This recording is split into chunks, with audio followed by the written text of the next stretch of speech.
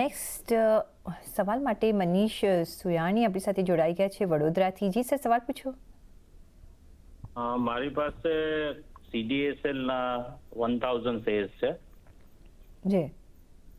તો અત્યારે હોલ્ડ કરવું કે પ્રોફિટ બુક કરવું જોઈએ?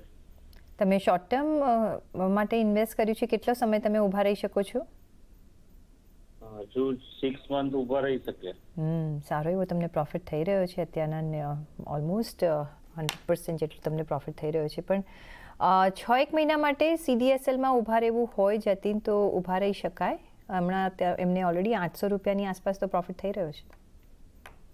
જો ફર્સ્ટ ઓફ ઓલ કોંગ્રેચ્યુલેશન્સ કે સારો પ્રોફિટ બની રહ્યો છે, તો થોડું પાર્શિયલ પ્રોફિટ બુકિંગ તો ડેફિનેટલી એડવાઇઝેબલ છે. ઓવરઓલ જે અગર જો હું સ્ટ્રક્ચર જોઉં CDSL નો, તો એક સારો સ્ટ્રક્ચર છે. ઇનફેક્ટ અગર જો હું કહું તો જ્યારે માર્કેટ અત્યારે ઓલમોસ્ટ આપણે 10 થી 11% કરેક્શન જોયું છે, આ સ્ટોક અરાઉન્ડ એના ઓલ ટાઈમ હાઈઝની આસપાસ ટ્રેડ કરી રહ્યો છે. તો ઇનહેરન્ટ સ્ટ્રેન્થ છે ડેફિનેટલી.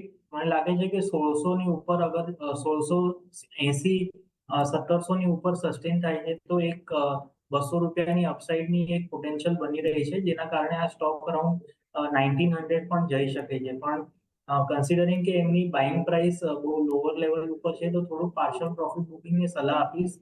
અને બીજા જે પાર્શિયલ પ્રોફિટ જે હોલ્ડ કરે છે, એને હું 1550 ના સ્ટોપ લોસ સાથે હું એમને હોલ્ડ કરવાની સલાહ આપીશ. ઓવરઓલ સ્ટ્રક્ચર સારું છે.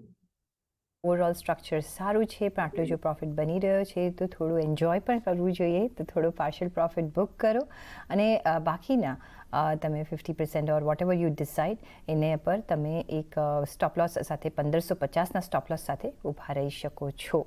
સો CDSL માટે આ એક રણનીતિ બનતી દેખાઈ રહી છે.